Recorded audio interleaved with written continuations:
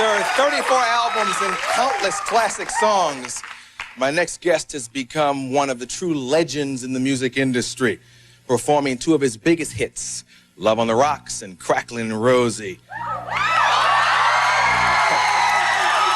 Featured on his current double CD, The Greatest Hits 66 to 92, this is who?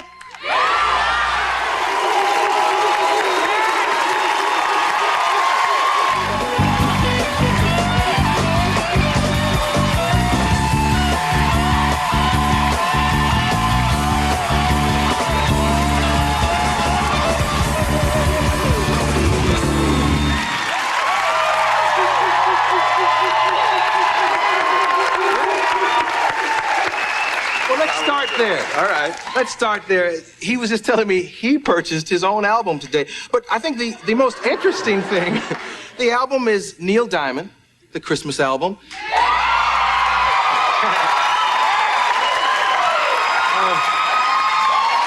And I think the obvious question I have to ask is, what's a nice Jewish kid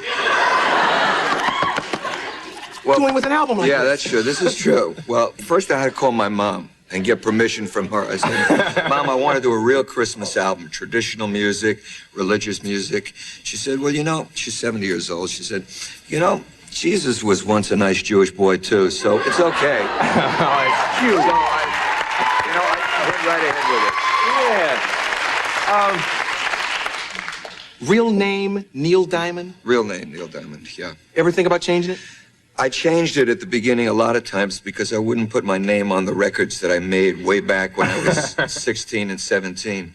But when I finally came up to a real recording contract and putting out Solitary Man, they asked me what name I wanted to use, and I had a couple of alternatives. I had Ice Cherry, I had Noah Kaminsky, and I had Neil Diamond. And I'm sorry, Noah Kaminsky? Noah, I thought it was, I don't know, I was young and dumb. I thought it was very, I don't know. Thank God I didn't use it, but I mean, I thought it was fun. So, yeah. But the last minute I just said, well, just use my name because I couldn't explain it to my grandmother. I had an elderly grandmother who was still alive then, and I would say, Grandma, what do you think of this record? It had to have my name on it. So, therefore, I'm still what I am. Yeah. I haven't changed. Good move. Good move.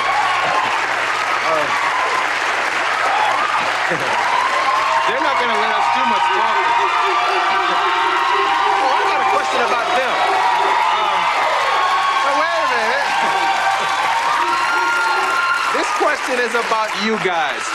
The thing I notice about the people waiting in line to see you. They're all good looking. Oh, yeah. They're all good looking. Yes. And the demographics is all over the place. I mean, there are young women, there are old women, old men, young men. They're black, they're white. There's a sister in garb up there. I'm watching her. Yeah, I mean, she's... Everyone is into Neil. Now, how do you appeal to so many people? I don't know, but whatever it is, I'm going to keep doing it.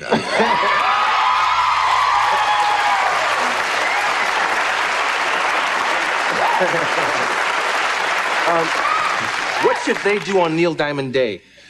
On Neil Diamond Day? Well, they had the Neil Diamond Day here in Los Angeles. So I said to the mayor when he gave me this beautiful proclamation, he says, we decided this is Neil Diamond. It was actually a whole week. Mm-hmm. So he gave it to me, and the press took pictures of it, and I said to him, Mr. Mayor, does this mean that I can close the schools for tomorrow because I won't give my kid a day off?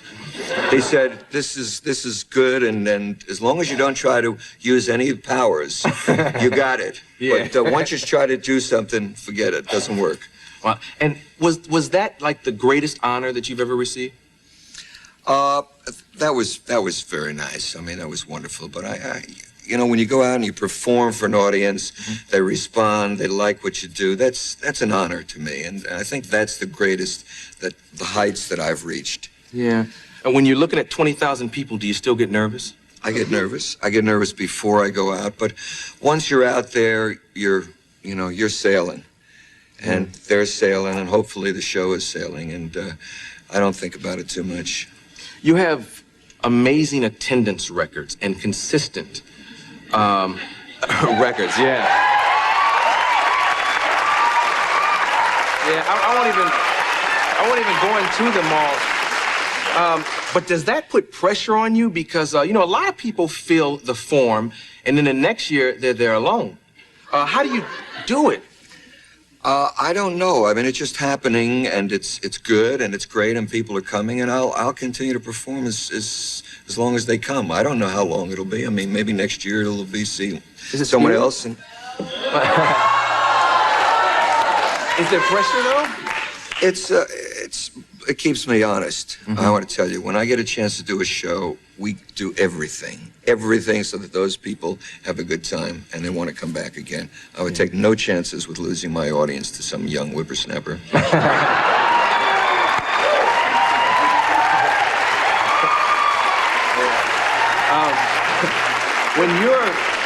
When you're standing on the stage and you've done it so many times, what's the weirdest thing you've ever looked out and seen? Well, about a year ago, we were doing the show, and I stepped over to one side of the stage to sing to part of the audience, and there was a guy in the audience who was wearing my stage costume, and he was a Neil Diamond look-alike, and he was there to take notes or do whatever, and I looked at him for a second, and it scared me. It gave me a really weird feeling. So I went over to the other side of the stage and sang a few songs, and then I forgot about it, and I came back to him, and sitting next to him was a Barbra Streisand look-alike. It was the weirdest thing I've ever seen. I told this to Barbara. She was hysterical. But you see these two people dressed in stage clothes, you know, and I don't know what she was doing there. I don't do any Barbra songs. But there they were. Well, you know, the irony to me is, didn't you both go to school together? We went to high school together for a couple of years. Yeah. Did you all know back then you both could sing like you do? No, I didn't. Not at all. She was singing in the alto section. I was in the second baritones. There were 100 voices in the choir. We sang together for 2 years. And years later, 10 years later, we said, hey, you were in that chorus? And she said, yeah, I was in love with the director. He was a handsome Italian guy with, you know, bushy hair, beautiful man. And all the boys were scared to death of him because he was also a tyrant, you know. So we both remembered Mr. DiPietro, but we didn't know each other. It was too big a chorus. Yeah. I have people here all the time talking about where they're from. I think there's an amazing number of everybody, from rappers to Gershwin. Everybody's screaming, Brooklyn in the house. There are so many talented people from Brooklyn. What's in the water in Brooklyn? Yeah. I think what it is Brooklyn is a place for you to come home to.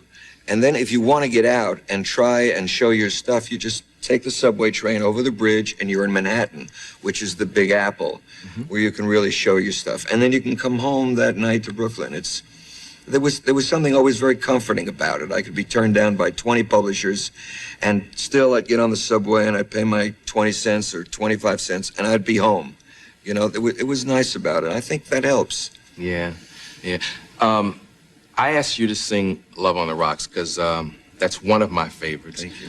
My actual favorite of all your material is I'm a Believer. Oh. And I've taken a lot of criticism from my Diamond fans on the staff, you know. What's your favorite of all the stuff you do? I'd have to say probably America, and... Yeah, and probably I Am, I Said. They're two different...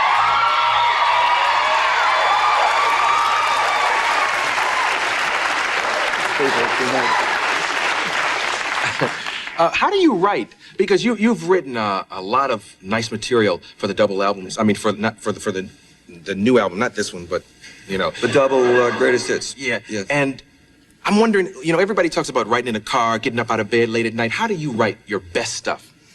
Well, it can happen anywhere. You grab a title out of the air, you grab an idea. If you have some time, you'll sit down and play with it a little bit. It's all about playing. It's not about work. It's about playing. It's sitting with a guitar or a piano and coming up with something you like and saying, "Ooh, yeah, this is worth working on." And you continue working on it. Maybe some words fall in, and it keeps growing and growing and growing if it's going to be a song. And someday it grows up to be a song, and sometimes they're good. Sometimes it's a good song. Not all the time. And they don't always become songs. But those little teeny ideas, those little melodies, those little words can grow and grow and become something that people like, hopefully. Yeah, I got so many questions, I'm starting to go fast and stutter now. But of all those great albums on that CD and all that, I think the ultimate compliment is that people cover your tunes a lot. What is the most unusual cover you've ever heard? The most unusual cover was the UB40 version of Red Red Wine, because I'd written it as a kind of a country single, nice and easy, and it was all about words and everything. And then I hear this record from England where these guys are really into a heavy reggae thing, and they're doing this song, and the song fits to it. Yeah. It works. They didn't have to jam it in. They'd have to squeeze it in sideways. It felt like it was very natural. So I was most surprised about that. Then maybe second on the list would be Bob Dylan sending me a version of Sweet Caroline that he did with his band. Yeah. Which is like nothing you've ever heard before. You know?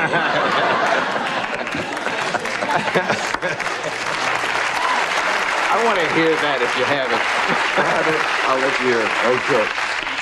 Okay. Even great performers like yourself have favorites. Who thrills you when you're watching people perform? Well, you know, I've been on the road for 20 years, so I haven't seen a lot of people performing recently. But I'll tell you over the years, starting maybe with Harry Belafonte, then James Brown. These are people that I remember specifically. Elvis Presley, Bobby Dylan. I saw him only once, which was at the last Waltz concert, and he absolutely killed them. I guess those would probably be my favorites. There are a lot of other wonderful performers, and I really can't think of them right now. But those people stand out in my mind. I remember seeing James Brown at the New York Paramount and saying, "Oh my God, is this guy, is this guy for real?" Yeah. And he was for real, and he was everything. He opened up my mind about a lot in regard to performing. So I think those 3 or 4 or 5 people left a real big dent in me, you know. I couldn't be them. First of all, they were all black. I tried, but... Even Elvis from the waist down. From what I hear.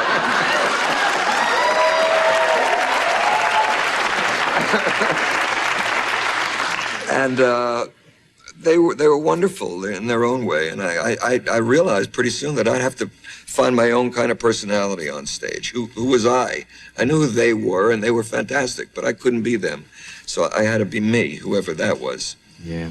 I have 800 more questions, but I got to cut it somewhere.